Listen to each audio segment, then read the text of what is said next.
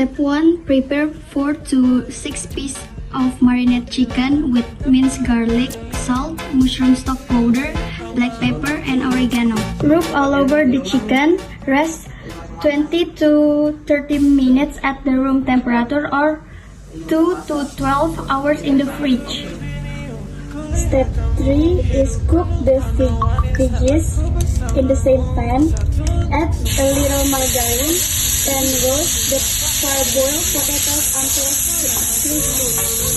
Add green beans and carrots. Cook 1 to 2 minutes with salt and pepper. Optional, slice up.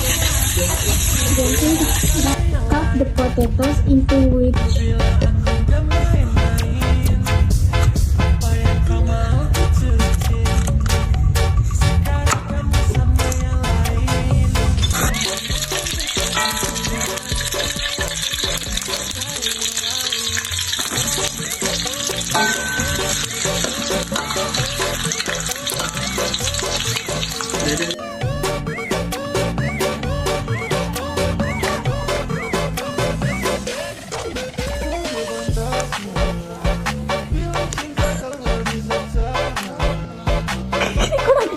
And you leave over sauce bubble in the pan 1 to 2 minutes to cook through.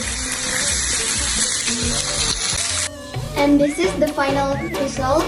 Thank you for watching our videos.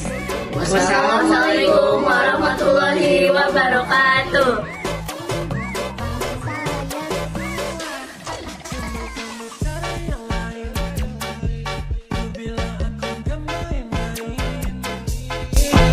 Come on.